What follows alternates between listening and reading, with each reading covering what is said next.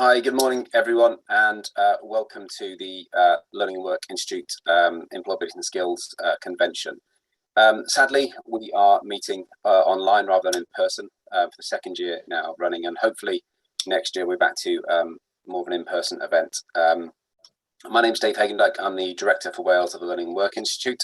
So I'm going to be chairing some of the sessions today and just want to run through initially just a few little bits of housekeeping so you're all aware of where you can post your comments and how things will work. So we're running now from now until about kind of 10 to 12 will be the main plenary session.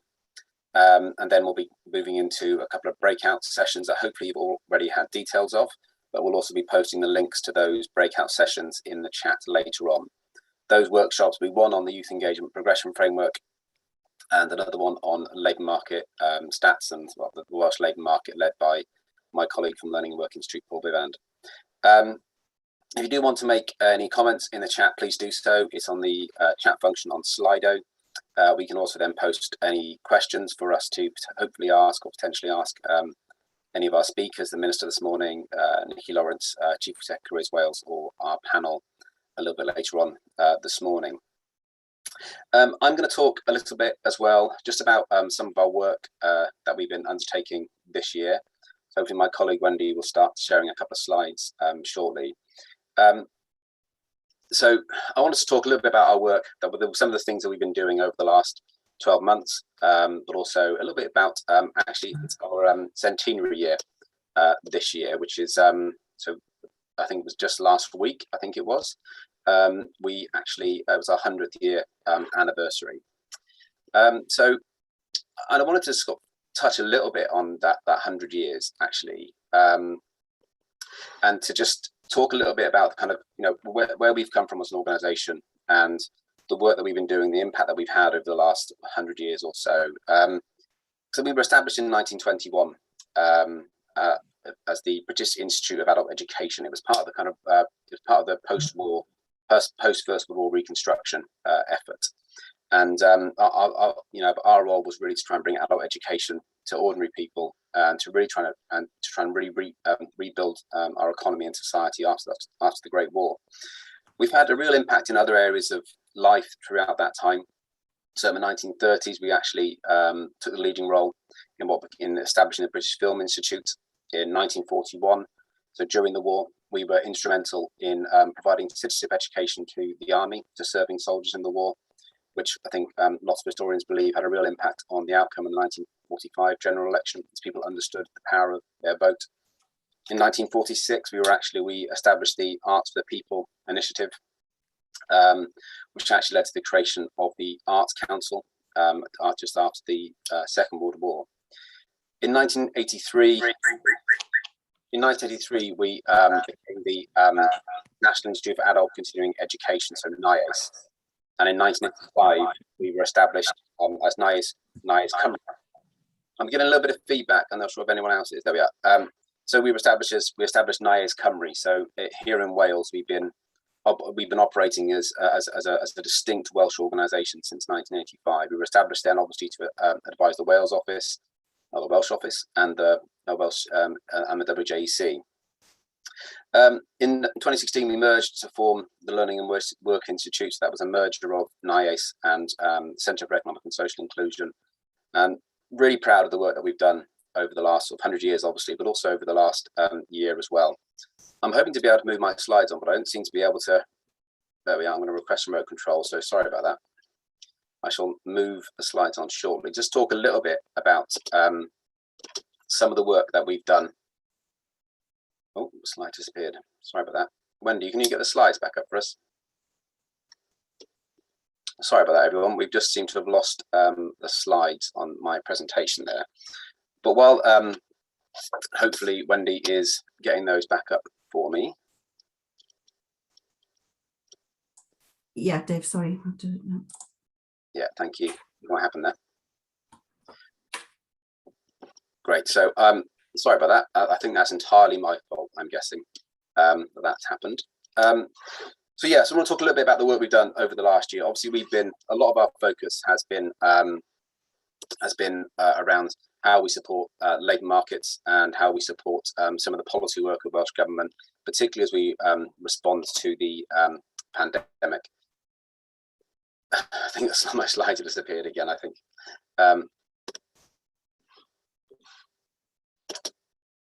Wendy, you better click the slides through for me because I don't think it's working at my end.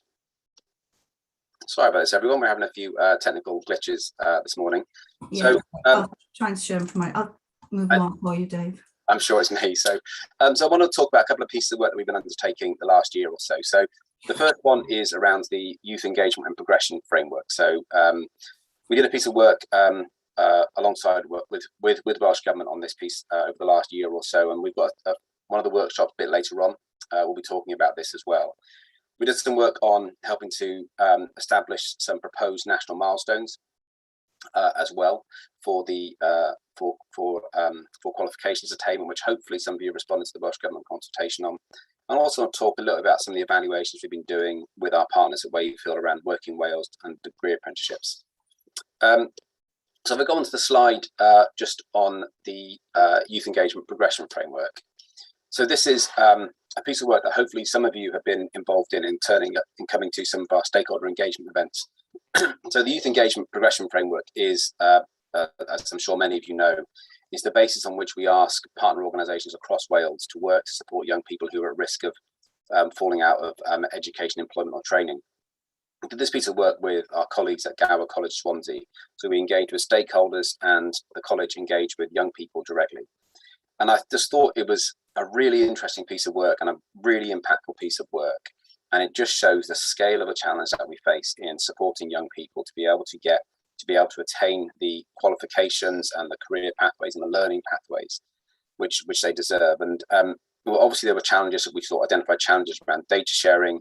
We identified challenges around the loss of provision, particularly the loss of provision when it's come to the loss of ESF funding, which is going to be a real pinch point over the next couple of years.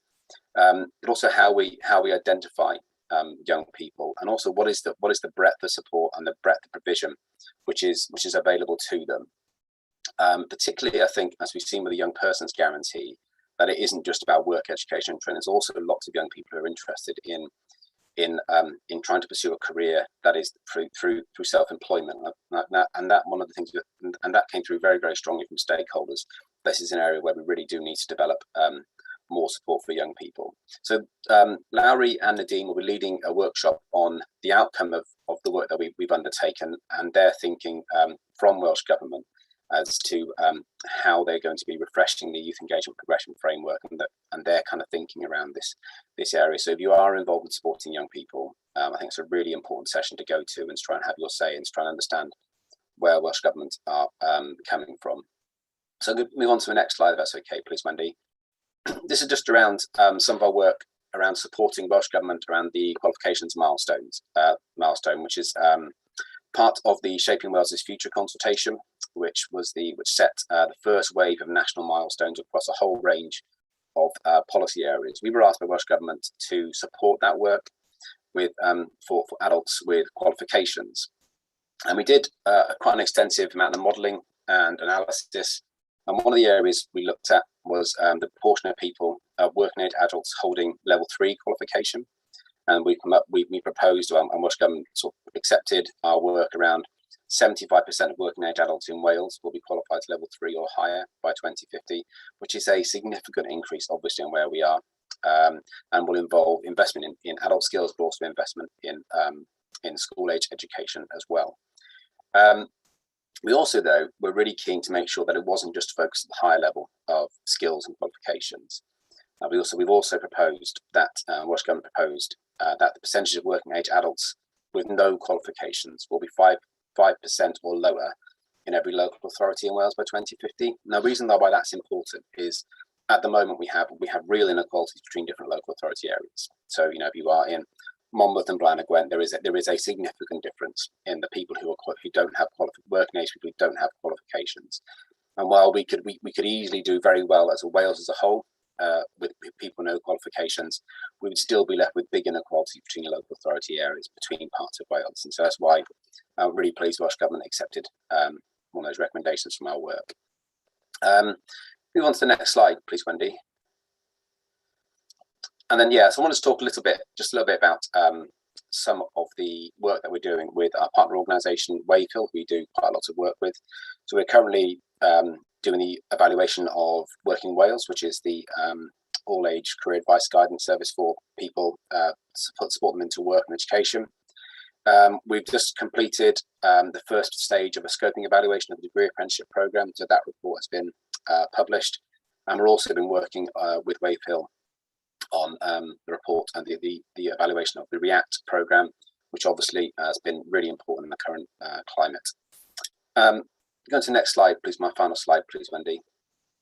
And so I just want to talk just very briefly before I introduce the Minister on the impact that I think we've had in some of these areas. So we have the Young Persons Guarantee, which was promised in the manifesto, Welsh Labour's manifesto, and actually in lots of other manifestos as well. And as now was launched, I think, just this week, which is the guarantee of employment, education, training, or self-employment. And that was something we argued for very, very strongly during the manifesto process, and along with a number of other organisations. So really pleased to see that coming through. But also the focus on lifelong learning as well over the next 5 years, the government. And we obviously saw just a couple of weeks ago the new bill for the Tertiary Education Commission was published, and that has a really upfront, strong commitment to lifelong learning, which obviously all of you know is absolutely essential if we're going to get skills and employability right throughout everyone's lives. So hopefully that gives you a little bit of a flavour at least of some of the work we've been doing over the last year. I'm hoping now, yes, I am, I can see him on the screen. So really pleased and very, very grateful to the Minister for the Economy, Vaughan Gething, for agreeing to speak this morning to the convention. So Vaughan, I think you're going to speak for 10-15 minutes or so, and then our Chair of Learning and Work Institute, Cymru, Jeff Greenwich, is going to take over and ask you a couple of questions. If you do have questions for the Minister, please post them in Slido, and we will try our best to get to as many as we possibly can. So Vaughan, I know how incredibly busy you are, and we're very, very grateful for your time this morning. So I shall hand over to you. Okay, thank you, Dave. Good to see you, and see you're enjoying life and work at the Institute. And I really am pleased to have the opportunity to speak here today about how Welsh Government, together with partners, can take action, focusing on how we develop a skilled workforce here in Wales, where we leave no one behind. And as Dave set out, we're committed to deliver that with a Team Wales recovery that will be built by all of us. One of my key ambitions is to make sure that we don't lose sight of the talent we have, that we develop it, and we give talent a pathway to be successful here in Wales. The First Minister recently set out more on our ambitions as a government to mobilise a national effort to deliver the new programme for government. We're going to do that with an ethos of collaboration, equality and social justice. And the aim is to maximise fairness for all in an economy that is generally more prosperous and greener. And our vision tries to take forward a well-being economy that drives prosperity and is environmentally sound, and as I say, helps everyone to realise their potential. So a cross-cutting priority for us will be how we tackle economic inequality and support those who have been most adversely affected by the COVID-19 crisis, which is not yet over, and notably children and young people, but as well as older people and those in low paid and insecure employment, ethnic minority groups and disabled people have been particularly impacted by the pandemic. We now need to work together with employers, wider public services, and of course the public to provide far better support for those groups that we recognise have had that significant impact, and to prepare for and get people into good quality and sustainable employment. It's crucial that we work together to create an effective path forward and deliver the support that will be required for learners to help them to either enter the labour market for the first time or to return to the labour market, as well as then to make progress in work. The most recent unemployment figures from May to August showed that unemployment was around about 4%, which is perhaps not as high as we once expected. Certainly when we launched the initial economic mission for Wales in spring of this year, we were expecting there to be a much more difficult position in the labour market with higher unemployment. It's been a success story that unemployment to date hasn't reached the figures that we were concerned it would do. However, there are very real challenges ahead of us. The COVID-19 induced recession has elevated existing societal challenges. And in Wales, we're still behind the rest of the UK average on overall skill levels, wages, and productivity. And the crisis has brought into sharper relief the higher levels of inequality and structural changes to the quality and nature of work that are required, particularly for those in insecure and low-paid employment. So we need to look at what changes we need to make to our way of working to adapt to the truly seismic change we've seen within the wider labour market landscape. We have Brexit reality that is still going to be real and significant, and not all of those effects are fed through yet. The loss of ESF funding and the broader European funding landscape. It's still uncertain about how the remaining funds are going to be deployed in Wales, but we know from the recent budget that the plan for the UK government is not to match the funds that were previously spent, even though that's a direct breach of a manifesto pledge. We know there'll be greater automation and remote working from home, and some of those changes have led to positive, on some hands, changes for some workers, but for others there have been negative impacts on the opportunities available for people to secure good quality job opportunities here in Wales. And we shouldn't underestimate the significant personal impact that the pandemic has had, and indeed continues to have, on individuals, families, and communities. So if we can't deliver the right support, the pandemic still has the potential to leave much longer-term scarring on the effect on life chances. So our priorities within the government are to reduce economic inequality. We want to improve labour market outcomes for Black, Asian, and minority ethnic communities, for women, disabled people, and those with low skills, whilst championing, of course, diversity as a real strength in the workplace. We're committed to deliver the Young Persons Guarantee, giving everyone under the age of 25 the offer of work, education, training, or self-employment. And as Dave set out, we formally launched that yesterday.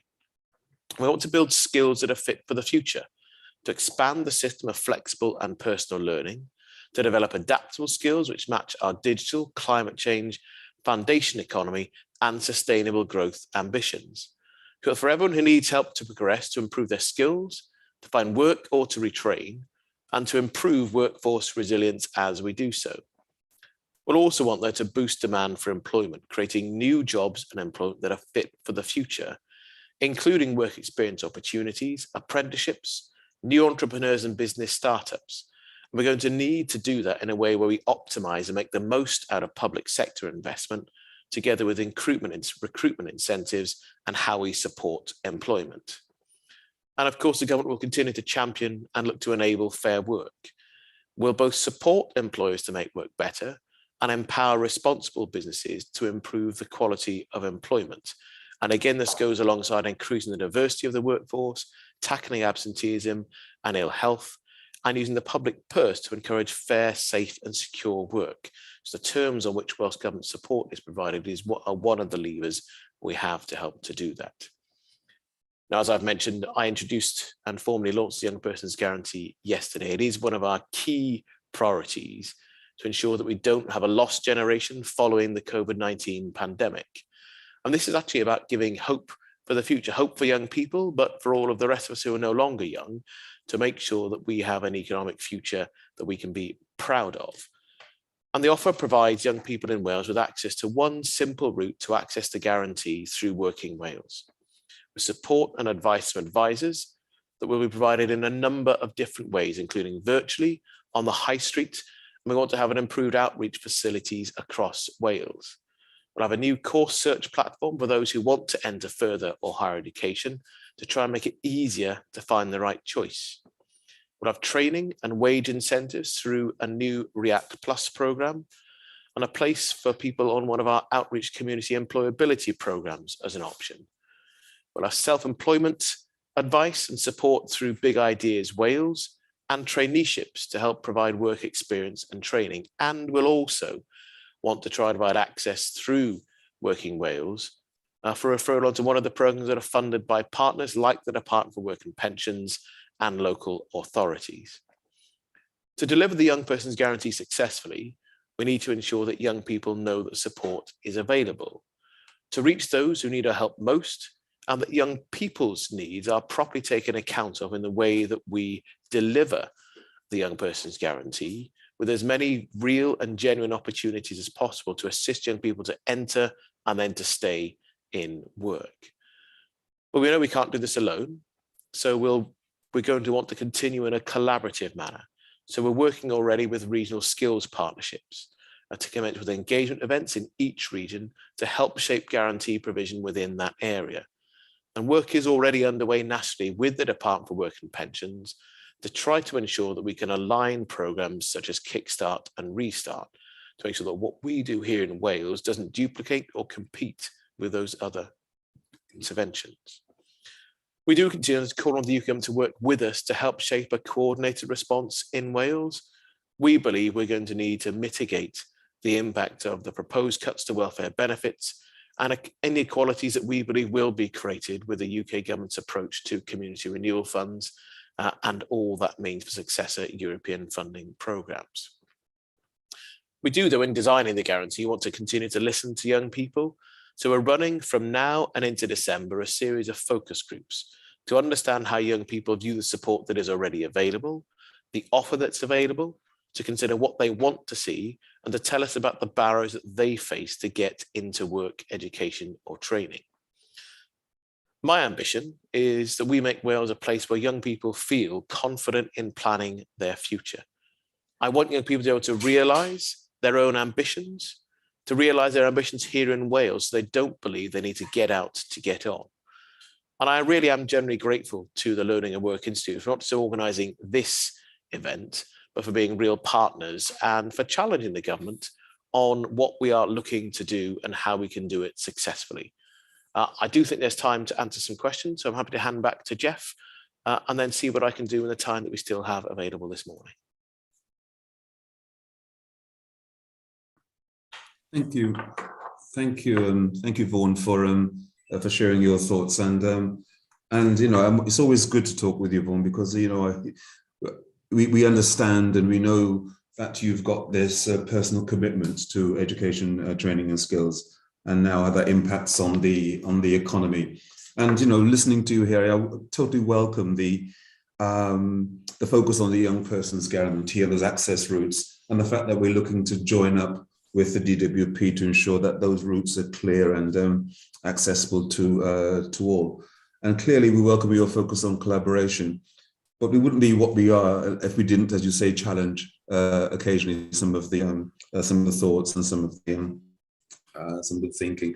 And we have a number of questions here which hopefully will help shape some of the systems thinking and some of the government thinking as well. There's one that's come in very much around those inequalities, that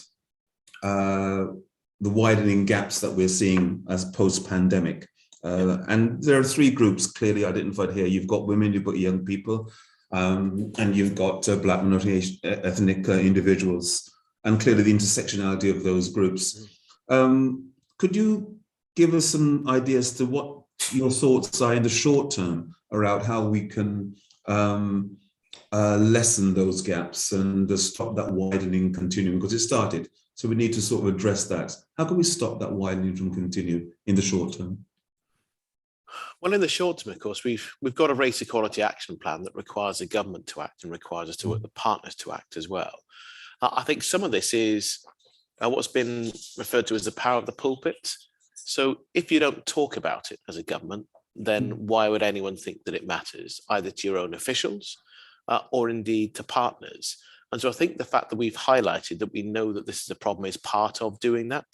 And that is then about wanting to recognise where we are within the labour force, the differential impacts, and then wanting to deliberately make sure that in the advice and the guidance we provide, that we're looking to positively understand what are the additional barriers that people of colour face. What are the additional barriers that disabled people face? Because again, we know disabled people's work outcomes are significantly less than the rest of the population.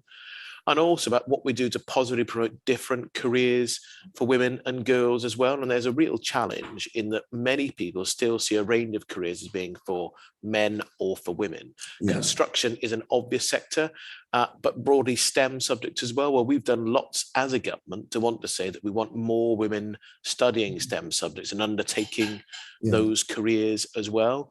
But it's then about our work with employers, about our expectations with them as well. And, you know, we don't just want to have the same conversations with the same white male workforces in areas where we know actually that they're often well paid and skilled jobs as well. So it's the variety of interventions we have, the leadership we provide, the way that we deliberately provide support and guidance, wanting to have examples that the government sets in the way that we have priorities for the way that we allocate funding, but crucially for businesses to do that themselves as well.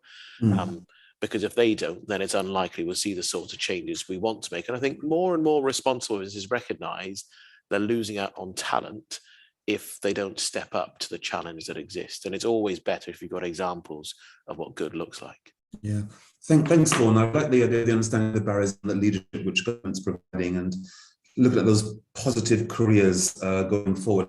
That brings me on to a thought that one of the colleagues has had around the green skills. You know, what do you understand by the green skills, first of all? And how could this possibly help us to plan to diversify green skilled industries?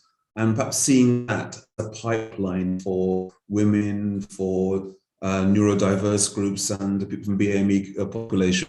Is there an opportunity there within green skills?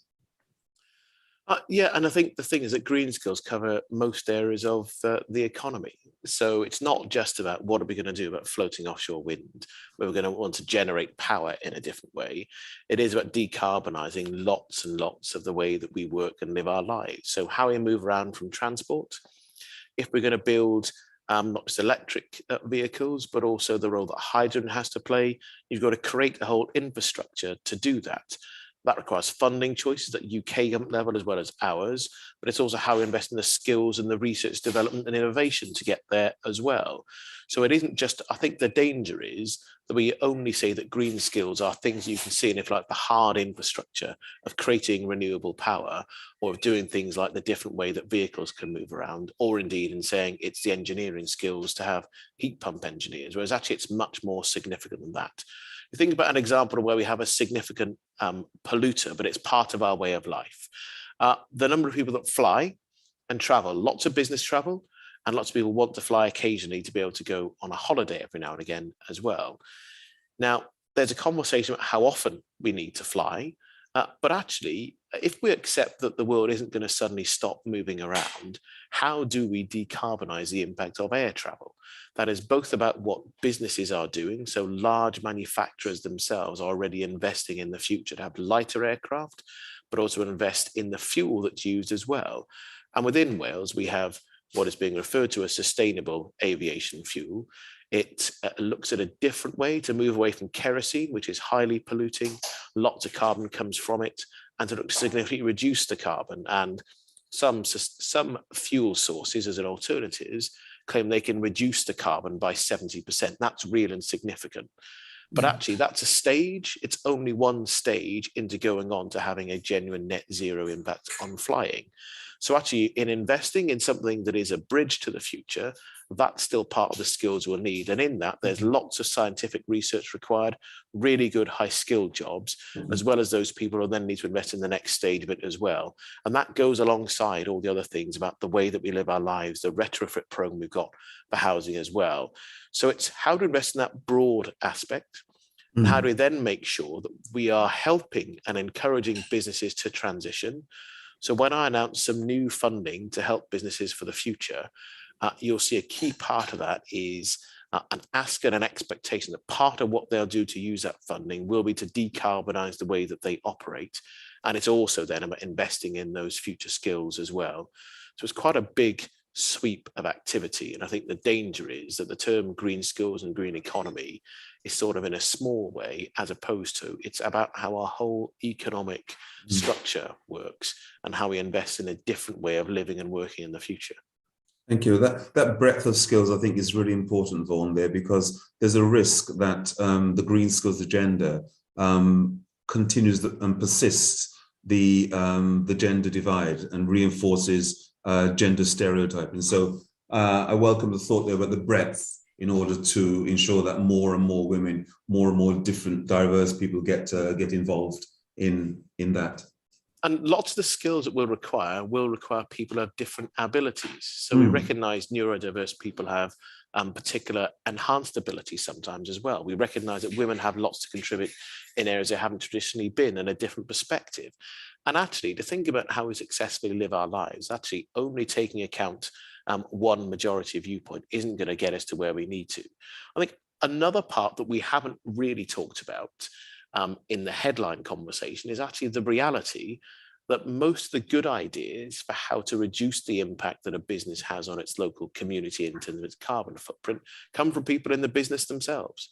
People who are running processes, who understand what they're doing already, often have positive ideas about how to make a transition and how to do that without necessarily costing jobs. So the justness of the transition we make is a key factor, and it's why we need to be properly engaged in our current workforce, because the workforce of the future are, of course, young people who are coming into the world of work, but the workforce of 10 years' time is mostly in the world of work already, as we need to invest them and listen to them about how we can improve the way that we run public services as well as businesses.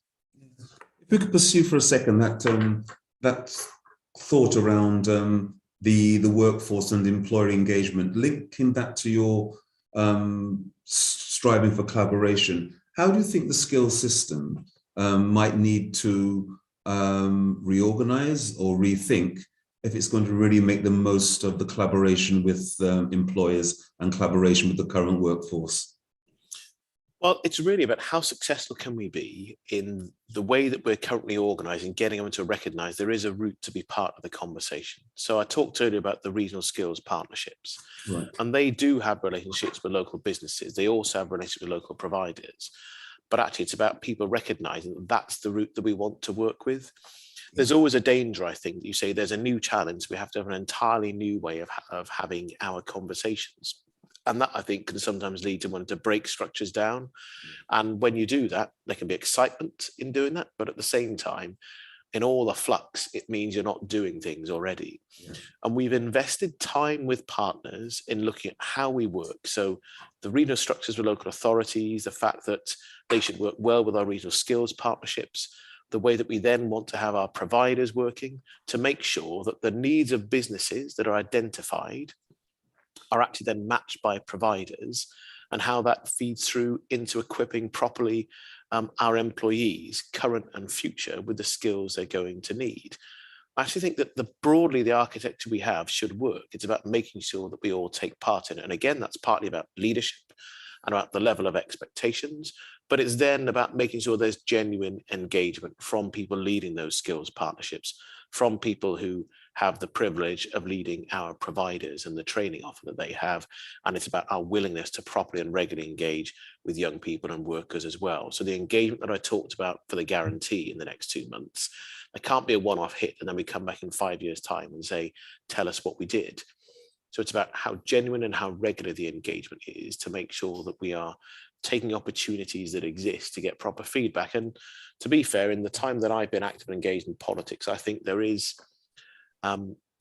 visibly a different and a more valued way of thinking about learners and understanding their experiences, and that helps to improve what we have, rather than they just need to accept that we know what we're doing and do what we tell them when they're learning. But to understand, well, does the learning experience make a difference for that person? Does it help them to achieve their outcomes? Because otherwise, from a provider's point of view, if we can't give people the right skills for the future, then we're doing the wrong thing, and we've got to be prepared to learn from that. So I don't think there's any new science in it, but it's actually about being really determined to do the right thing. Thank you. Yeah. So we've got a couple of questions now, getting into the specifics now. We've broadly looked at the macro level, and you totally agree that the regional skills partnerships are key to helping us to plan those things. When it comes down to the detail in particular areas, for example, in rural Wales, young people face difficulty accessing training, education, and employment. There's poor transport. What are Welsh Government plans to address this issue? Well, so within the guarantee, part of what we want to do is understand the particular barriers that those people will face, because they won't all be entirely common, whether you live in rural or urban Wales. So the individualised nature of the understanding, I think, is really important. And we've taken from that the way that traineeships have been delivered and combining that with the new Jobs Growth Wales Plus scheme to want to understand what does that person need in terms of the skills they need, but then what are the barriers to them being able to overcome that. That also will feed through into when we launch React Plus as well, in wanting to bring together and understand what are those particular barriers. Is it about transport? Is it about childcare? And how do we do it? And think about how we use the financial resources we have, but non-financial resources, to make sure that people's ability to learn and engage isn't compromised by where they live. And that is one of the challenges we face. And in some ways, the greater expectation about the quality that some distance learning can have is helpful. But we also know that sometimes in-person learning has its own value as well. So you don't want to do everything from a distance point of view, but it can be a way to help people to access opportunities as well. And that's what we're going to need to do with providers, as well as then needing to think, do we have the right schemes in place for people that do then need to travel, to make sure they can travel to the right place? It's why we've continued to maintain the education maintenance allowance approach, for example, to make sure people can get to learning opportunities. We're going to need to continue to think, are we investing in the right way to achieve the aim that I think everyone agrees with? But often it's about saying, are the tools we're using the right ones still to get to where we need to go? Yeah, on that point of investment, Vaughan, we have lots of questions. I don't even go through them all today. We'll probably collect them and pass them on to your office at some point. One question I'd like to ask, though, from colleagues in the audience: many people have been left behind as they are on DWP legacy employment support allowance benefits with no clear pathway to provide support.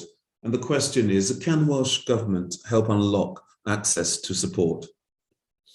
Well, it's one of the things we want to do in our work with the DWP, is to understand how we can properly support people, to understand the interventions that we might want to run to make sure there isn't an adverse impact with the wider benefits and support system. So we've got an employability strategy review. There has been some engagement with the DWP around that, because we want to generally understand what their expectation is for how they're going to be active. Because in broad terms, the DWP vacated some of this space over previous years. They're now more active, so Kickstart and Restart are the two obvious ones that I've mentioned already. And we need to understand, for the positive support they've got, what does that mean? For people on legacy benefits, how do we make sure if we're going to provide an additional intervention that doesn't affect those benefits and the support that people have as well? And there's a more general challenge in just some of the policy choices the DWP are making in any event. And I think that's quite difficult, because frankly, if it were up to us, we'd design a different system. But there's a system we've got, so it's about how we make it work best for the learner, for the person who wants to re-enter the world of work. Because in broad terms, young people are finding it difficult to enter the labour market in a career they want to, more different than it should be. But also we've got older workers who have left the labour market as well. And to be successful overall, we need to do both getting young workers into the world of work with a proper career pathway, with investment in them and their future. And we also need to get some of those people who aren't economically active back into the world of work. And that in itself is challenging. But when we get through our employability review, we're going to have some key priorities for us about how we use Welsh Government interventions that we will fund to try to make sure we have as joined up a system as possible. And it's then how our advice structures work to get people to the best place for them and their individual circumstances, and understanding the potential impact one form of support may have on other means of support they can access from UK government sources as well. Thank you, Vaughan. I think we've come to the end of our time here. I'm going to thank you once again for the clarity of your vision you outlined in your speech, and then also in the clear and honest responses that you've given to the questions of the audience there. So thank you for that, and at some point looking forward to talking with you in person, face to face again. So thank you, Vaughan.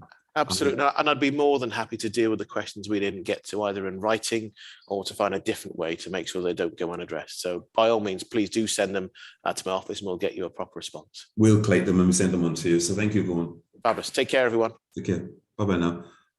I'm now handing over to Nikki Lawrence, I believe. David, is that correct? Yeah, that's right, Jeff. Thank you. Thank you. Thank you, everyone. Nikki Lawrence. Thank you. Hello, everybody. I'm just going to share my screen with you.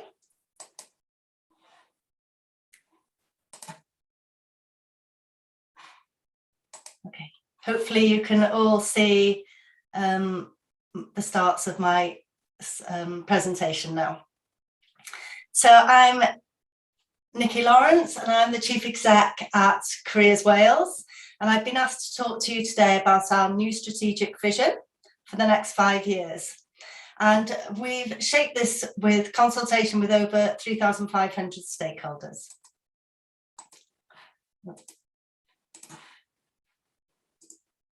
Has it? Yeah, I think it's gone on to the next page yet now. So I'm going to introduce Brighter Futures, our strategic 5-year vision, and I'm going to provide an overview of some key messages, share our strategic goals, and talk through what is new to the Careers Wales offer. Could someone just confirm that my slides are moving on? Yes, that's fine. Yeah. Ah, lovely, thank you. Okay. Oh. I seem to be having the same problems as you, David, for some reason. It doesn't seem to be moving on to the next slide. Ah, there we are. Sorry. Okay, so our vision is to create brighter futures for the people of Wales. And we want to build on the successes of our previous vision, Changing Lives, and our Working Wales contract, which is the adult part of our contract. And we want to strive to become sector leading and world class. And our purpose is to support young people and adults in Wales to create brighter futures through access to high quality, inclusive, impartial career support that makes a positive impact on their education, economic and well-being outcome. And we believe that our excellent careers information, advice and guidance delivered by our professional qualified staff is really going to be critical for supporting the Welsh economy recovery. So I'm just going to talk a bit about our values, and we want to make sure that we put customers at the heart of what we do. We also, one of our values is around collaboration, and the Minister's just talked about this and mentioned it quite a few times in his speech. And we know that we're not going to achieve our goals without collaboration, and of course we want to help others achieve their goals. And we want to continue to be innovative, technology enabled and insights led. So I'm just going to go through our 4 goals with you. So our first goal is around providing a bilingual, inclusive, impartial careers guidance and coaching service for the people of Wales. And over the next 5 years, we really want to help with the positive transition into education, employment and training, including apprenticeships, and really understand the skills that are needed to succeed in the labour market. And our new vision is around wanting to support those who require enhanced levels of support. And our goal number 2 is around developing our work with employers, training providers and entrepreneurs to make sure we understand their skills requirements and opportunities for young people and adults. And we'll be doing this by informing and motivating young people about the world of work through engagement with employers and role models. And we will also be raising the awareness of the skills economic priority sectors and linking this to the new curriculum of Wales. And our third goal is around the new curriculum. So it's to support the delivery of the curriculum for Wales and contribute to the achievement of the 4 purposes. So we deliver a high quality professional learning service, and we want to make sure that we build on the skills, knowledge and confidence of education professionals to deliver effective careers and work related experiences. And we're looking to develop our current Careers Wales mark to help to support the new careers and work-related experiences. And we've currently been developing a self-assessment toolkit and toolbox for the launch of CWRE alongside the statutory guidance. And we want to support the implementation of the careers and work-related experiences statutory guidance. And our fourth and final goal is around developing a skilled, engaged and agile Careers Wales workforce and enabling the delivery of high-performing, customer-centred services. So we want to really help our colleagues within Careers Wales develop their digital skills and their capabilities.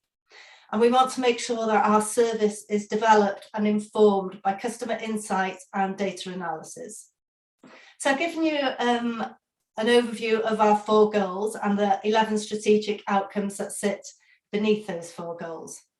And as I was saying before, we need to be ensuring that we collaborate to achieve those goals and to help us co-design our services. I'm now going to talk to you about our all-age careers guidance and coaching model. So we see ourselves as that golden thread throughout life to support lifelong learning. And in our new strategic vision, we're going to start earlier in primary schools. We won't be going into primary schools, but we'll be delivering something in a digital way. There's a lot of research that shows that building understanding of the world of work and raising awareness of jobs and tackling stereotypical ideas at that younger age will really help young people make more informed decisions when they're older. So we'll be doing this partly by Careers Discovery Week, which we're going to do in February. And we've already run a Careers Discovery Week in secondary education, which has gone down really well. We did things like live presentations and question and answer sessions. Many secondary schools were involved in that week, and it's a way that we want to pilot and then, if it's successful, roll out more. And in the secondary education, we want to make sure that we have a more personalised and targeted approach through the next 5 years. We'll continue to use our career check, which is a diagnostic and assessments needs tool, alongside teachers to make sure that we see the young people that need our help the most. We also want to strengthen our work in FE. We want to make sure that we have a stronger physical presence at key times in the academic year. And we've been doing next step surveys to really make sure that we target those who need us the most. In terms of our parents' work, we want to be more innovative. The world of work is changing, as we've been discussing earlier. And we really want to help support and inform parents so that they can engage with their children on their future careers paths. And we'll be doing this through, for example, parents' evenings. In terms of our employer work, we want to continue to facilitate that engagement with employers and schools and really inspire and motivate young people and give them an insight into the world of work. And over this last year or so, we've had to use more digital offers to do that. So we've been doing and helping employers do videos and live presentations, which we are going to build into our future offer now. And in terms of our adult work, we've got a proven track record of building the skills, confidence and knowledge of unemployed and economic inactive adults. And we're now, of course, as the Minister was saying, going to be involved in the Young Person's Guarantee. And we'll be the gateway into that offer. And we'll be looking at tracking and analysing the data. And we're also involved in a job match pilot at the moment. So hopefully you can see from that brief description of our offer that for young people, we're going to help them to provide an improved understanding of the world of work and the skills needed to succeed, and greater awareness of opportunities available to them, underpinned by impartial careers guidance. For adults, we're going to provide access to professional impartial careers guidance and coaching, and really help them overcome barriers, as again was mentioned earlier, and progress into fair and decent work and training. For businesses, through our work with schools and colleges and communities, employers will have closer links to their future workforce, and we'll assist businesses and employers when they're facing redundancies or supporting upskilling and reskilling. And for schools, colleges, training providers and universities, we'll be helping provide motivated, inspired learners with clear plans for their careers, supporting improved attainment and progression.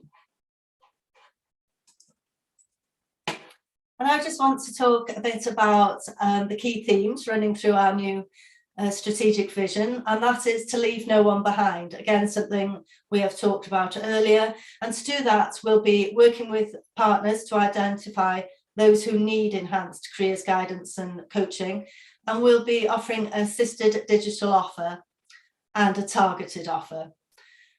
We want to make sure that we use data and track progress and outcomes of young people and adults, and we'll be doing that through working with academics and researchers. I've already talked quite a bit about collaboration and partnership. We also want to help the Welsh Government deliver the Welsh agenda. So, for example, Digital 2030, helping to raise awareness with our customers of the digital skills needed to support the Welsh economy. The employability plan, and helping to achieve the million Welsh speakers by 2050. And the last point I wanted to make on our key themes is around future skills. So really helping support customers develop their career management competencies. So self-awareness, opportunity awareness, decision-making, motivation and resilience. So what's new with our new strategic vision is that it's an all-age careers guidance and coaching model, and it will be from primary school through to secondary, college, to the world of work, and we really want to be here for the moments that matter.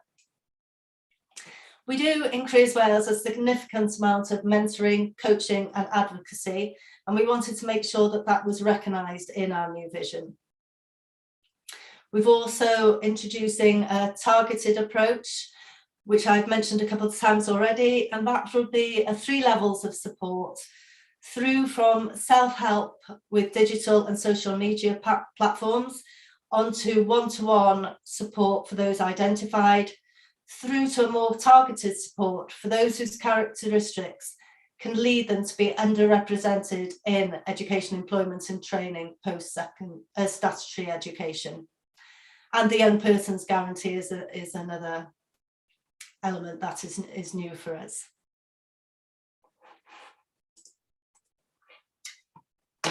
Now, I'd just like to talk to you about the importance of the digital agenda throughout our vision.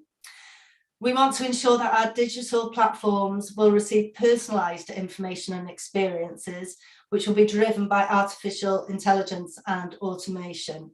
And we want to help engage, inspire and broaden the horizons of our young people by using gamification techniques. For example, we've launched something called CareerCraft, which is a Minecraft careers education resource recently, and it's had over 3 million hits already since May. So that's been a great success so far. And the last slide I want to talk around is about meeting the future skills needs, supporting the people of Wales to make decisions in an ever-changing economy, and rebuilding after COVID. So at Careers Wales, we need to help prepare tomorrow's workforce today. There's a changing world out there, as we've seen, particularly in the last year or so, and career pathways for our young people and adults will not be one-dimensional now. So we need to make sure at Careers Wales that we're reviewing our policies and strategies to address that. We need to make sure that our careers information, advice and guidance helps make our young people more resilient and adaptable, help them to understand and become more self-aware and evaluate information so that they can make sound decisions on their learning and work. We've seen that technology can lead to digital poverty and capability in Wales, and as a group we need to work collaboratively to try and address that. We at Careers Wales want to make sure that we have an integrated offer, so digital, face-to-face and phones. So we have this blended model that's going to help suit individuals and be more targeted to deliver what they want and when they want it. We do a lot around labour market information, around both the supply and demand data, looking at numerical sectors, increases and decreases in particular sectors, and more qualitative intelligence progression routes into different sectors. And we have to make sure that our staff are very well informed on trends, opportunities and demands. And we also do a labour market information bulletin, which is what we use to help inform staff, and other partners have found that a really useful bulletin. So we need to raise aspirations, confidence and motivation, and tackle the impact of COVID on well-being and career decision making. And we need to make sure that we support social mobility, provide this targeted services and learn from what worked well in COVID, for example, our digital employer work. So hopefully that's given you a flavour of what our new strategic vision, Brighter Futures, is all about. And I'll go back to, I'm not sure, is it Jeff or Dave? It's me, Nikki. Yeah, it's Dave. I'm taking the questions. Thanks, Nikki, ever so much. And thank you particularly, because I know you've not been feeling great today. So thank you ever so much for still coming today and giving such a comprehensive presentation. I'm lucky enough to be a board member with Careers Wales and have been since, I think, probably March 2020, I think, or early 2020. I've only managed, I think, one in-person meeting in that time when the world changed. And I think I want to touch a little bit on that, I think, about Careers Wales, really, in terms of how you have had to change your model of delivery over the last sort of 18 months or so. I'm just kind of interested, I suppose, in what you think are the key lessons from the way the organisation's had to adapt to more digital forms of delivery, for example. So I'm just quite interested, I suppose, in what you think are the key lessons for the organisation and what you will be looking to embed over the next kind of 4 years or so left of Brighter Futures. Thank you for that. Yes, it's been particularly hard over this last year and a half, many areas of our business, not least because we couldn't go into schools for quite a period, and our employer engagement works. So, for example, in Careers Wales, we do high impact careers fairs, which we thought was going to be really challenging and keeping that going. But we've actually done a lot of work, and I think it's because of some really strong employer relations we've had. So changing it into a digital way. So we've worked with employers on live presentations, vlogs, videos, so that employers can talk about their sectors and can still provide that service for young people. Which the lessons that we've learned from that is we can do it that way. We can offer that digital way as well as a face-to-face offer. However, employers are saying that they've found that a good way of working, as do teachers at schools in our evaluation that we've done so far. However, young people are still saying to us they prefer that face-to-face, going out to careers fairs where they're meeting employers and having more of that interaction face-to-face. Which we want to explore more, because is it because of fatigue of doing things in a more teams environment? We're still getting good feedback, but just not as positive. So that's been something interesting that we're learning. But it's about being able to provide that blended approach, and we've moved in terms of our work at Careers Wales so far along our digital journey, which through Brighter Futures we'd wanted to do, but it's just pushed us, as with many organisations, a lot further down that route. I think I just want to touch on, we're doing a transforming workspace as well. So that's another lesson that we've learned, is we're looking at, as many organisations are, the ways to work in the future. Do we need all our premises? Do we need people travelling around Wales as much as they used to, or can we do things and keep maintaining doing things in this more digital way? And I think it will be a bit of both. You know, it's going to be a more blended approach. Hopefully that answers your question, Dave. No, it does, and I found it really interesting on the board that we've talked about the response of young people to this way of delivery, and it almost feels kind of counterintuitive. You would expect that group of young people, that group of customers, to be more responsive to that form of delivery. So I'm quite interested though in how you think we can ensure no one gets left behind in that process. Particularly, I'm sort of thinking about vulnerable young people, and we've sort of talked about this previously around young adult carers, care leavers, those potentially without access to the kind of online and digital tech and equipment and data, all that kind of thing.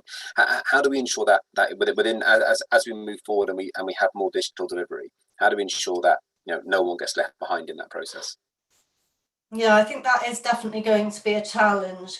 In terms of our work, our targeted work in schools, for example, we are targeting, for example, those who are have free school meals, etc. So we're making sure that we leave no one behind by ensuring that we target these more vulnerable groups of people. I think as well, it's going to be about working together. Collaboration is going to be key with partners, etc. Ensuring the technology, you know, Careers Wales probably couldn't solve that on our own, but making sure that people have access to equipment. I mean, if we just talk about our adults work, for example, in our offices, we have public access computers.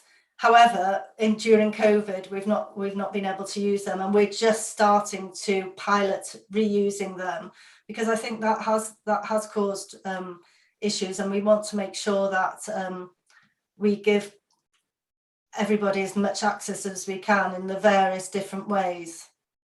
So, but interested to hear any ideas others have in terms of how we can address this as well. So it is something we need to work on together, I feel.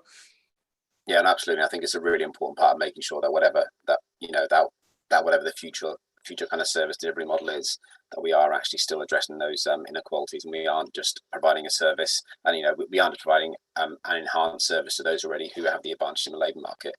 I do have a sort of a question around some of the things the minister talked about. He sort of described, he talked about it in his speech this morning, but he spoke about it, I think, in a previous speech when he sort of scene setting speech a couple of months ago, or a month or so ago, and he talked about the kind of Team Wales approach. And I don't want to sort of labour the sporting analogy too much, but I just kind of wondered if the minister sort of said to you, right, what's your specialist role? What's the kind of specialist role of Careers Wales within kind of Team Wales for, future employability, careers, etc.? What would you say the kind of most important thing is that Careers Wales can contribute to the new approach? I'm not sure if this is answering your question, so do stop me if it's not. I mean, in terms of our specialism, we're around impartiality. So even though you've just talked about team work, it is important that Careers Wales are impartial. So we're putting the customers at the heart of everything we do. So we're looking at what their needs are. So rather than anything else. And I think that impartiality, that enabling our young people and adults to make effective decisions about their education, employment and training is our skill. And it's and working together, like providing labour market information intelligence underpins a lot of our work. But that is working with people like the Regional Skills Partnership, local authorities, etc., to make sure that we have good information when we're giving our careers guidance. So that's sort of part of the teamwork. Hopefully that answers what you were asking me, Dave. No, it does, and I think that's a really important part, isn't it? Is that it is that impartiality, knowing that there is no vested interest of the advisor, particularly a particular pathway young people go or an adult goes. A final question, I suppose, from me, because I do appreciate your time this morning, but also you may not been feeling very well. But I suppose one of the key areas that we see for young people, thinking about the Young Person's Guarantee, etc., is that transition from pre to post 16. And making sure that young people are given access to the advice and guidance that they need to make the right choice for them. And certainly when we did some of the work around the Youth Engagement Progression Framework with Welsh Government and with your own and colleagues at Careers Wales, that felt like a really important part to make sure that we are giving young people advice early enough and in a way that they can make informed choices about their own pathway, so that they understand the options open to them, whether that be, going on to the sixth form of their school, going on to college, going on to training programs, apprenticeship sort of pathway, etc. I'm just kind of interested really in what you think are the kind of gaps at the moment potentially within that part of the system. So it's that kind of really crucial transition from pre to post 16. What are the gaps, and how do you think Careers Wales can kind of plug some of those? Thank you for that one, Dave. I think in terms of when we were doing our strategy, it's those key transitional points that you've just mentioned were our previous vision, Changing Lives, really had a refocus on those, and we wanted to ensure that that's continued through this vision. Prevention for me is really key. So rather than tackling and giving that guidance further on, for example, if they've gone to FE or elsewhere, our young people, it is about making sure we give that guidance early enough so that it prevents young people taking potentially the wrong path, etc. Not sure if that's answering your question or not, Dave. No, it is. And I think it is. I think it is, like, as you say, I think it's getting that advice to them early. I think so. When we do what we did with the Youth Engagement Progression Framework, so Gower College did a lot of focus groups for us with young people. And one of the things that really came back from them was that if they'd have had information earlier about the full breadth of choices, and it's not just from Careers Wales, this is actually in the school environment itself.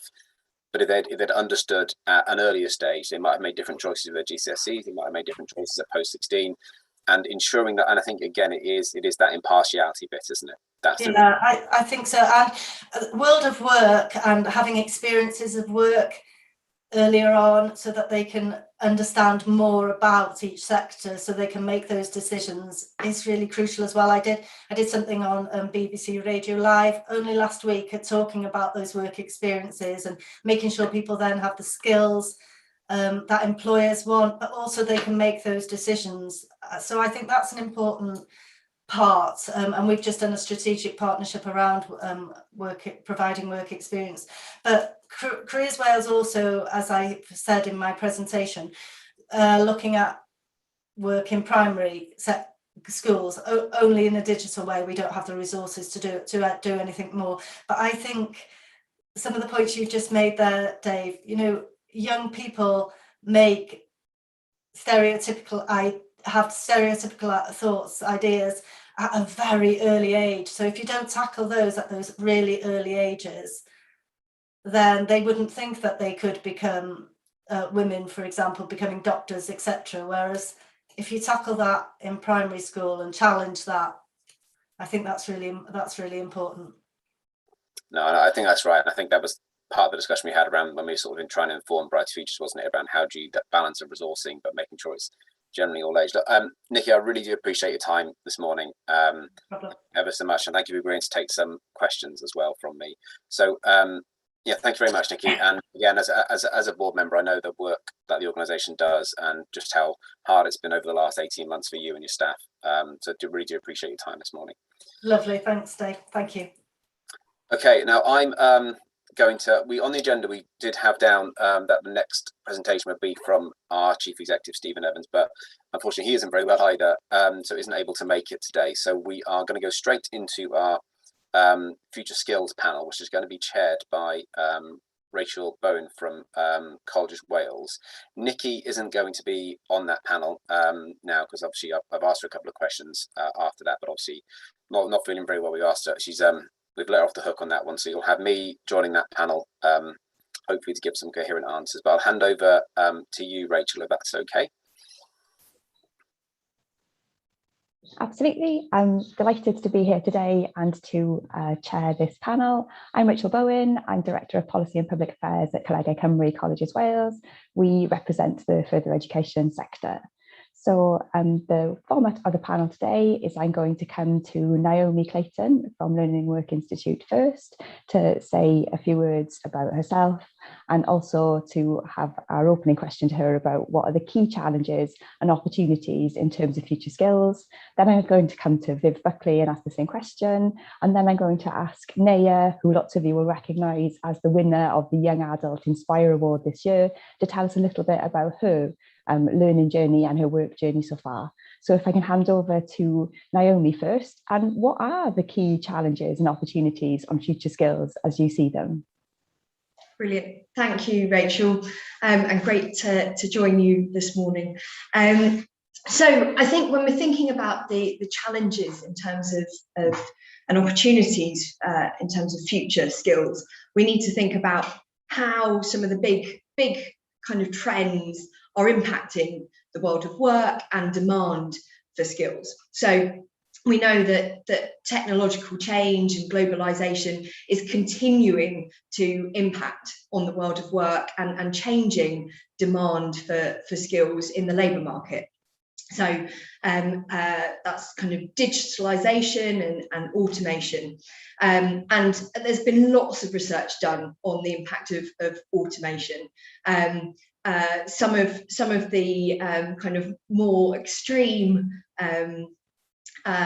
predictions suggest the robots are going to take over, but actually automation is unlikely to lead to large scale job loss, but it will change the nature of tasks and skills required in most occupations. Obviously, we've got an aging workforce as well. That's one of the other big trends impacting on the world of work and people's working lives. So the long-term increases in life expectancy mean that many young people will have 50-year careers now, and they'll need to switch careers and update their skills more often. So increasingly, lifelong learning is becoming more and more important. And then we've got the transition to net zero, and that transition towards the low carbon economy is likely to affect the skills needed in many jobs, not just those kind of green jobs and occupations, but actually all jobs. And like automation, it may well reduce demand for some roles and increase demand for others. So I think in terms of some of these big kind of trends, it means that we're likely to see kind of ongoing kind of shift and demand for kind of higher skilled occupations, as well as growth in sectors like health and social care, and the nature of work changing across most roles, as I've mentioned.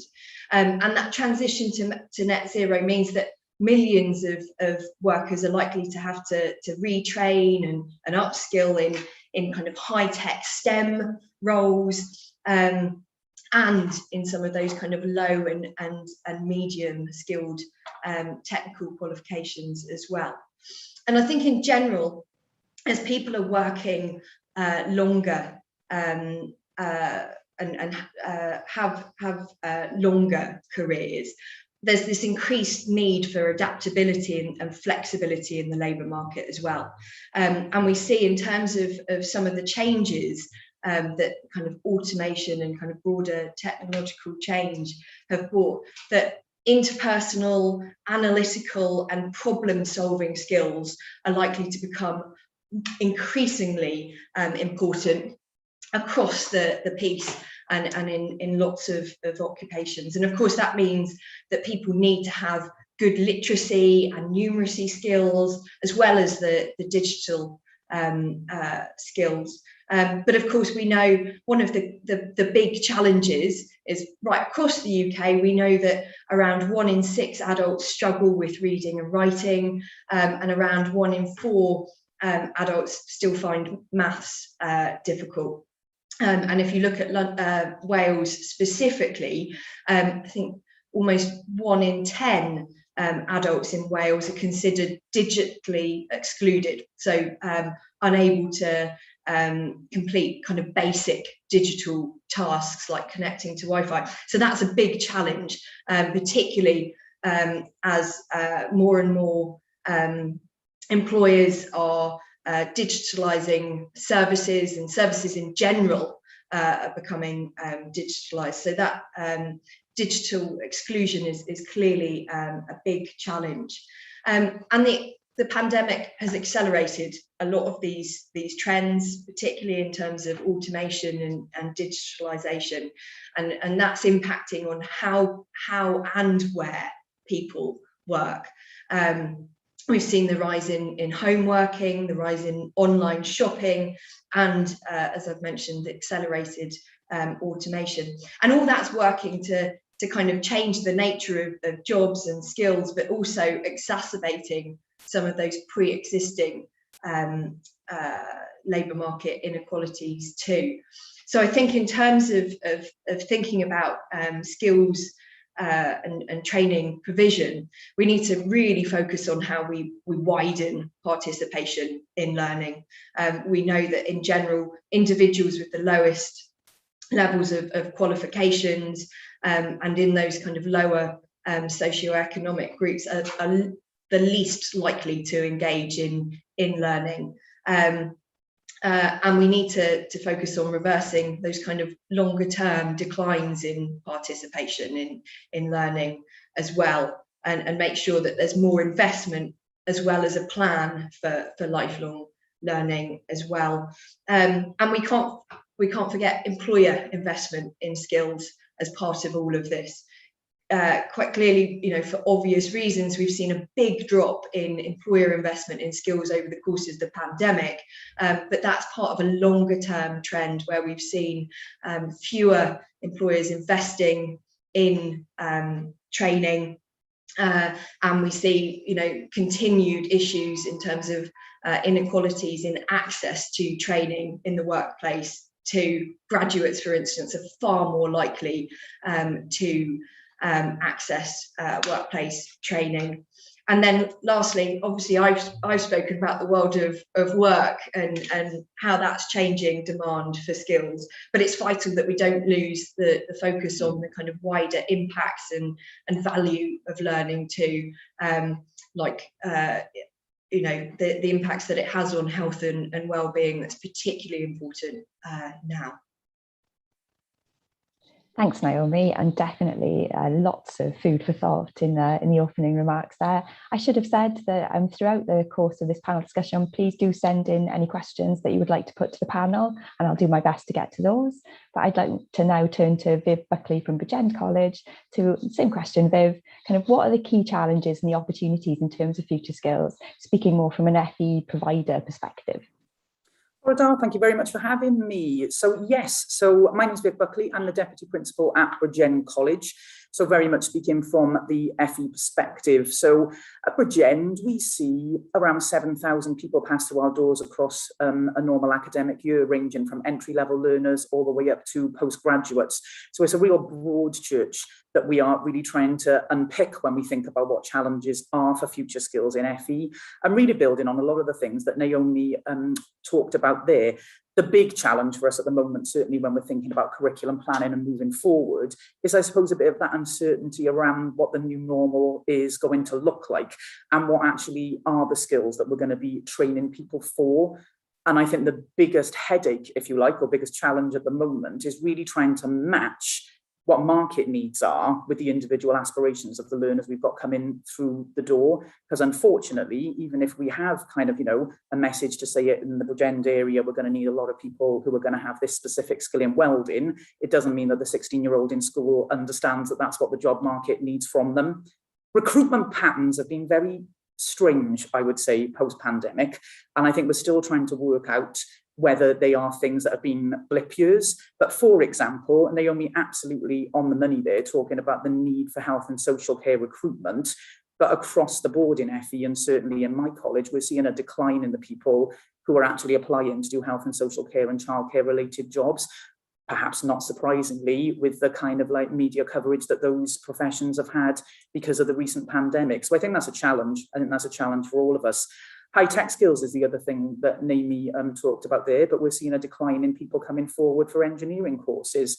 So again, I think there's going to be a bit of a change here where we're all going to have to think very differently about the way we speak to students who are still at school age, but also we speak to people who are at work age that are thinking of retraining or needing to build on skills that they've already got. I think there's a real challenge there for all of us. And more than ever, I suppose, just recognising that the need for FE to be able to be responsive to what industry is demanding is going to force us into positions to be much more able to quickly respond and create qualifications perhaps at a faster pace than we have previously. But I also think that's a real opportunity for us. But at the moment, that does feel like a challenge. I think there's a big challenge for us as well in really pulling together to continue to improve the parity that we see between more traditional academic routes of study, certainly for learners at 16 to 19, and perhaps more technical qualifications they could be picking up. Again, one of the patterns that we're picking up at the moment is we know perhaps because of a bit of grade inflation that has crept into the system, we are seeing a rise in the number of people who are staying on A-level programs. And what does that mean for us moving forward? But I suppose I would say this because I'm a vocational, I'm a bit of a vocational qualification advocate, but I genuinely do believe that what our industries are going to need, what our economy needs at the moment, is people with that widespread of vocational skills that they can apply to the world of work. So I really believe we need to be trying to encourage people more and more to think about vocational and technical pathways, and that doesn't seem to be happening at the moment. But hopefully we'll be able to work together to move that round again. And that then obviously feeds back into some of the things that Nikki was saying from Careers Wales there about the real challenge around that independent advice and guidance and what we need to do there. But that all sounds a bit negative, and I genuinely mean this. I think there are lots of opportunities facing us all, but certainly facing the FE sector. We've started talking about COVID bonuses in terms of the things that maybe we've learned, and my goodness me, haven't we proved that we can be agile when we need to be, and haven't we proved that we can do things online and we haven't all got to spend as much time in cars as we were doing previously. And I know that's something we're all very well versed in now, but I think as an FE sector, and certainly at my college, we're starting to move into the vein now of going, okay, so what are we keeping hold of? What are the things we really need to keep that can help us keep moving forward? And it feels to me like there's a paradigm shift coming. I think our young people we're certainly hearing this from schools that we work with and young people that are coming through our doors, that kind of, I suppose, traditional view of any point of education being another rung on the ladder that's helping you get towards a HE full-time course. That isn't what people are looking for anymore, and I don't believe it's what our country needs us to be concentrating as much on anymore. Of course, there's always going to be a place for that, but I really do believe that long, thin courses very soon are going to need to become a thing of the past.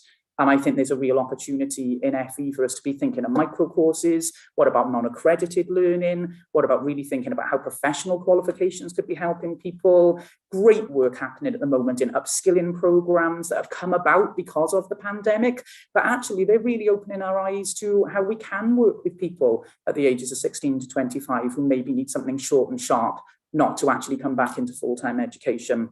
And of course, we need the funding models to move with that, and we need to do much more collaboration. But I really think the collective problem that we're all facing will lead to a collective solution. And I think that's a real opportunity for us. Thanks, Viv. That's very upbeat and positive. And that takes us nicely into asking Naya to tell us a little bit about her learning and work story so far, especially given that Naya has got quite a lot of experience in terms of learning at work. So Naya, over to you. Hi, thanks for having me. So my education story within work started at 18 years old. I left school. I was partway through my A-levels and I decided that it just wasn't for me anymore, and I had some personal stuff going on in my life. So I applied for an apprenticeship. It was called Greenaway Scott at the time, and it was a law firm. And I did business and admin level 2, I believe, at the time. And then I completed that, and then I did an ILM level 2 in leadership and management. And then that led me on to my level 4, which I did with Gower College, and they were absolutely amazing. I think that was like a real turning point for me in terms of like learning and work and having a full-time job. I had a tutor called Sheila Murphy. She was absolutely amazing. She supported me so much throughout the course. And the thing is, it is really hard to be in full-time work and doing education. But the thing is, your education is probably the only thing that is for you. It's something that can never be taken away from you. And it's something that you just need to do, I think, to better yourself. Because the thing is, you just don't know what you don't know. So the only way to get to know these types of things is to put yourself in education and get these courses. And I know some people struggle to find opportunities in life to get where they want to. And the thing is, if you're not being given opportunities, then you need to create them. And the only way to create them is through education and really proving that you're the type of person that these people do need. Because I think the biggest investment you can ever make in your life is in yourself. And if you want people to take a gamble on you, then you need to take a gamble on yourself. You need to choose yourself every day, and you need to just crack on with what you want to do. And I think as well, while I was in school, they really did drill into that it's like GCSEs, A-level, university, and that is the traditional route. But I didn't take the traditional route at all. I did everything a bit backwards, to be honest. But I got to the right place where I needed to be. And at such a young age, I was practice manager of a law firm by the time I was 21 years old. And that just wouldn't have happened had I done the traditional route. I think it's not one shoe fits all. It's what you make it. So I think it is really important for schools, I think, to be more open with students as well, and to let them know that you don't always need to do the traditional route. There is other things out there available to you, like apprenticeships and all these amazing other things. And I think employers also need to really value the people that they're taking on, and by taking on apprentices and like offering more education, further education in the workplace, I think you will get more value out of people. Because even though I can be an academic person, I prefer to learn on the job, because it applies to you more. You get more experience, and you're doing things you wouldn't usually do in a classroom. So I think by me being in work and learning at the same time, it allowed me to put into practice what I was actually learning, rather than learning something which you never use, and that just isn't the case. And I continue to learn every day. I've had quite a good year this year. Gower College awarded me Leadership and Management Apprentice of the Year. Then obviously I won this award as well. So yeah, I've had quite the year. Congratulations, Naya. That has been quite an impressive year, and it's great to hear you talking so positively about, if you want something, then with the right attitude, then that can go a long way to helping you get it, and just the importance of education. So absolutely, thank you for sharing that. We're now going to ask the panel some questions, and so feel free to chip in. I think I'll probably come to Dave for the first one, but thinking maybe about some of the things that people have already touched on in terms of employers. How can we work more with employers to open access to learning? So with some of the examples that Naya's just given, but Dave, what are your thoughts? How can we get employers to really value learning in all its forms, and kind of really create that learning society the Welsh Government talks about? Yeah, and I think this is a really important thing, and it's really, really hard to crack, actually. It's trying to genuinely engage with the right kind of employers and the right people within companies to be able to understand what their needs are. I mean, we did a piece of work, Learning Work Institute, a couple of years ago, and we were trying to talk to managing directors, head of HR, etc., about the kind of skills they needed. And it was a struggle, actually, because quite often they weren't always the best people to understand what their own business needed sometimes in terms of the shop floor. And so when we started talking to trade union reps, people on the shop floor, they had perhaps a kind of better understanding of what the skills needs were. I think sometimes, I think the minister spoke about this earlier on when he talked about the importance of regional skills partnerships, and that they are a really important way to aggregate and to try and understand employer demand. I think the challenge maybe is that I don't think we always necessarily get all the right kind of employers at those events. Are we reaching small employers? Are we reaching other ones? Kind of micro businesses, for example.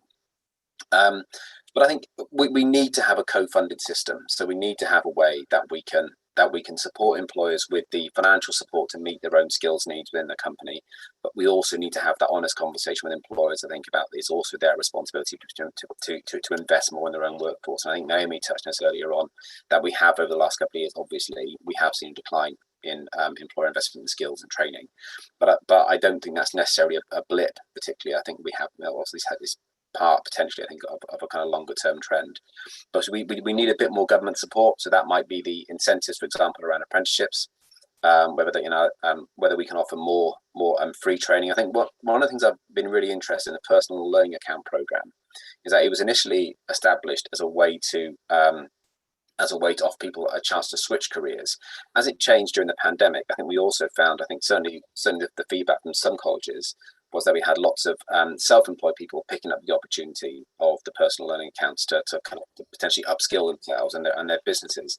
And I think that's a real area where we haven't really addressed properly, is the kind of the skills needs of micro businesses and self-employed people who I think during the pandemic found themselves quite isolated generally, I think. So as well as having that conversation with employers, I think we need to look much more at the kind of self-employed area as well. Thanks, Dave. And Viv, is there anything that you'd like to add to that in terms of kind of your work with employers and how we can encourage more employers to get involved in learning of all types? Yeah, absolutely. I think for me, it's probably about we need to work really hard to try and make the process as easy as we possibly can. We have really, really great apprenticeship links with lots of employers, but often it's those micro businesses and the SMEs where I think there's so much more opportunity for more apprenticeship placements and for more upskilling to be happening through things like you've just identified there, like the personal learning accounts. But I think sometimes the process can be incredibly complex for those smaller businesses. So it's how we can make it as easy as possible. And then the biggest barrier for employers is always releasing people from the workforce to actually carry out the training. So I think from an FE college point of view, it's about us being dynamic in our delivery models. You know, how can we create delivery models that are actually operating outside of core business hours? How can we actually provide ways of maybe being able to work with employers so that some of the assessment can be happening internally? But again, for me, it's about that move from not thinking about things being long, thin and taking 2 years. You know, I think David's right, what's the training that actually needs to happen for that business? And if that can be done in 6 weeks and be short and sharp, let's do that. And I think it's about thinking about tailoring that to the exact need of the business, really. And I also think the other thing that we need to work more, we do it brilliantly in some cases, but it's about including employers in curriculum design from a very early opportunity to make sure that actually curriculum that is being designed is hitting the sweet spot, but also maybe then building the understanding of actually some of the things do need to be done once people are in work. I think sometimes we have employers that think because somebody's done a 1-year course somewhere, they're going to turn up ready to go, and it's never ended, is it? It's never finished. So there's always going to be an element of somebody having that baseline skill, but there's still always going to be training that needs to happen when someone enters the workforce. And I think the understanding of that needs to develop to move it forward as well. Thanks, Viv, and you're absolutely right. You know, kind of the training is never something that's completed and finished, is it? We're always constantly learning throughout our entire working lives. So I'm going to come to Naomi to add anything about kind of working with employers. And then after that, Naya, I'd like to ask you about what you've seen as the benefits of employers investing in skills and training from your experience. So over to Naomi first, and then you have to think about that, Naya, and you'll be next. Okay. Thanks, Rachel. So, I mean, I agree with a lot of what Dave and Viv have already said. I think it's really important to kind of raise, awareness amongst employers of what kind of different options are available and look at ways to improve access to different training options, either by looking at the kind of nature of courses and kind of modular learning, or by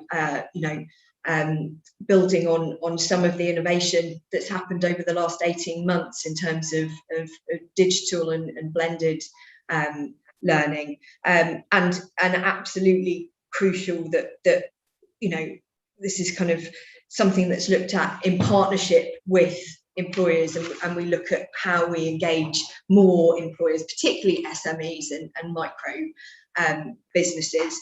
We're looking at the moment, I don't think we have the answers necessarily in terms of how we incentivize more employers to invest in skills and training, and this is something that we're looking at. We've done a lot of work to kind of map trends in employer investment, and we're currently looking at what some of the policy options might be in terms of the reform of the apprenticeship levy. Obviously there's been lots of calls over time to widen that to a skills levy, but we're also looking at options for potentially more kind of radical reform in terms of scrapping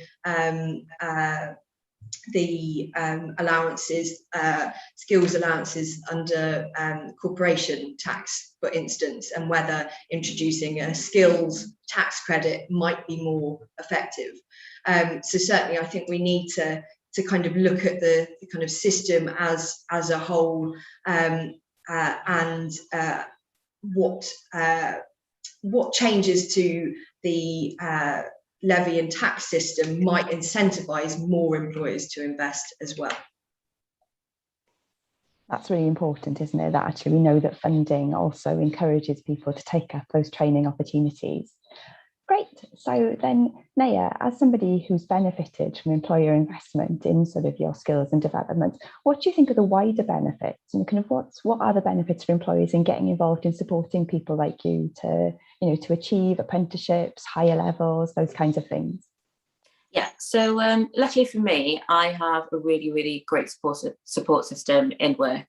I'm surrounded by really intelligent, like powerhouse type people who I literally just adored and wanted to be like. I think they saw something in me that I didn't quite see in myself, and they've always pushed me to be the best version of myself, and they've never held me back. So they've always supported me wanting to learn more.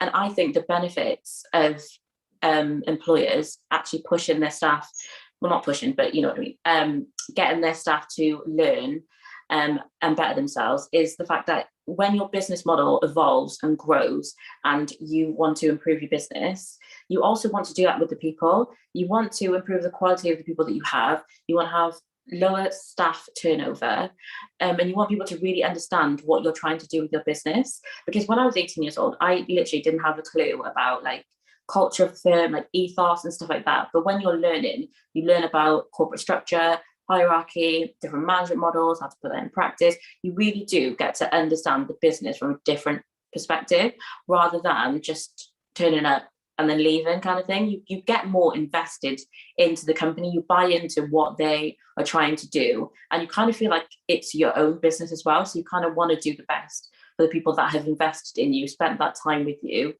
and you just want to progress with them. And I think that is the main benefit of investing in your staff. Because the thing is, with startups and smaller businesses, I get that, you know, you might not have the money to fund these courses yourself, but there is a lot of funding and a lot of government help that is available. It's just that you need to be looking for these types of things. And also, employees need to be looking as well. It's not just down to the business. If you want to learn as well, then you could put a proposal together saying, you know, I want to do this course. This is the funding that I found available. Would you be willing to let me do that? And I think that is something that everybody needs to be looking into and really just trying to benefit from. Absolutely. And we know that engaged employees are more productive employees. So the more enthusiastic and engaged employees are, then the more likely they are to kind of perform well and progress. So absolutely. Yeah. I'm conscious of time, so I'm going to wrap up with a question to each of the panelists in turn and then hand back over to Dave. So very, very briefly, and it's a huge arena, but in terms of future skills, you've got 2 minutes with Mark Drakeford, First Minister. What's the one policy idea you're going to pitch to Mark Drakeford, First Minister, in terms of future skills? And I'm going to throw that over to Dave first. I knew you were going to throw it open to me. First of all, I think one of the things I would say, I saw on social media yesterday or the day before, Roy Rickus, who is the General Secretary of Community Unions, it's the former steel union that now represents steel workers, but also wider communities. And he was talking about skills, and he said the challenge is to try to convince people that they need to train for skills that they don't know they need and that they don't believe they need. And I think that's the one thing I would say is I think we can have a great system And we're lucky in Wales. We have a great system. We have some brilliant skills providers. I think the FE sector, maybe I would say this with 2 FE people on, but I think the FE sector is one of the real success stories of devolution. We also have a great HE sector. We have a great work-based learning provider system. I know right across the piece we have some fantastic providers. We are lucky to have retained the Independent Careers Advice and Guidance Service through Careers Wales. I think we're not lucky. It was a deliberate decision. It's really important that we do that.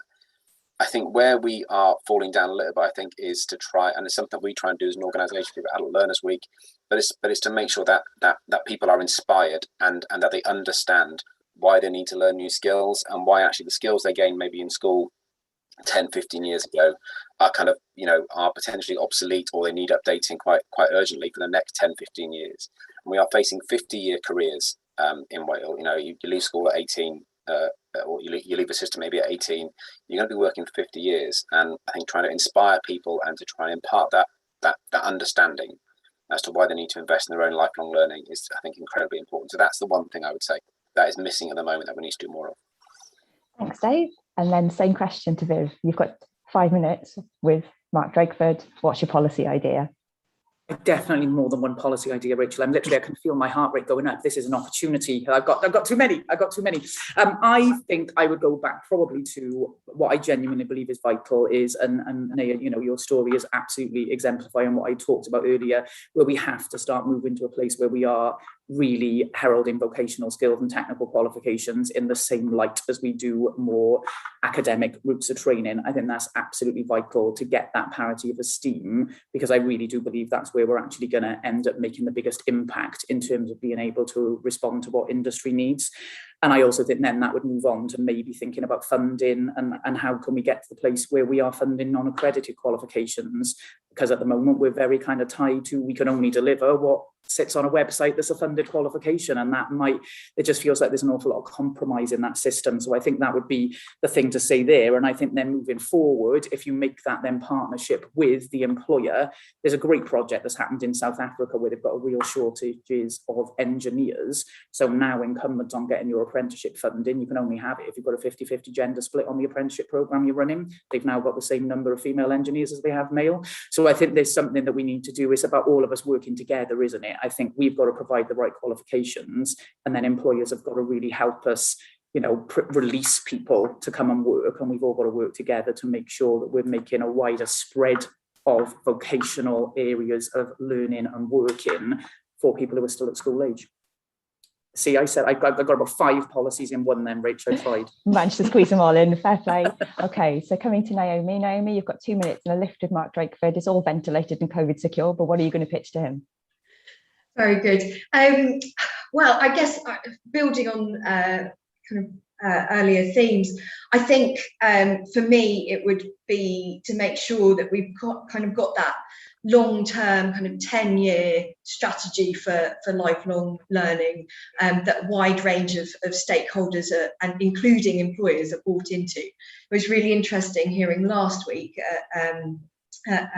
our English and Maths ESOL conference, hearing the chief executive of SOLAS, who that's the state agency responsible for further education and training in Ireland, talking about the process that they went through in developing their 10-year strategy, working with a wide range of partners and employers to make sure that everyone was kind of on board, and there was kind of a shared consensus about what the priorities were, and very clear focus on how to engage more adults in lifelong learning, and in particular kind of skills for life and basic skills provision as well, looking at the kind of multiple access points and kind of referral networks.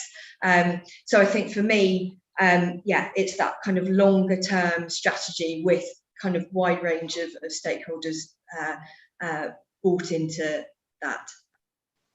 Brilliant, thanks Naomi. And then last words to Naya. Naya, what's your one policy idea that you think that the First Minister should take forward?